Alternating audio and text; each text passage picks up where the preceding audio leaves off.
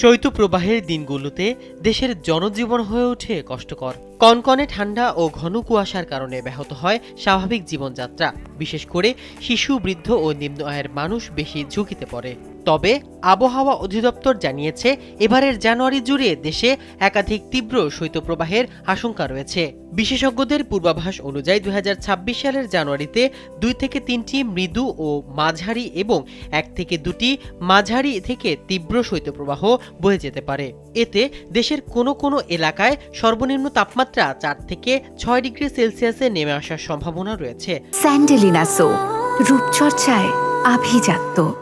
উত্তরবঙ্গ ও নদী অববাহিকা জেলাগুলোতে শীতের প্রকোপ তুলনামূলক বেশি হতে পারে। পূর্বাভাসে বলা হয়েছে, এ সময় মধ্যরাত থেকে সকাল পর্যন্ত সারা দেশে ঘন কুয়াশা পড়তে পারে, যা কখনো কখনো দুপুর পর্যন্ত স্থায়ী হবে।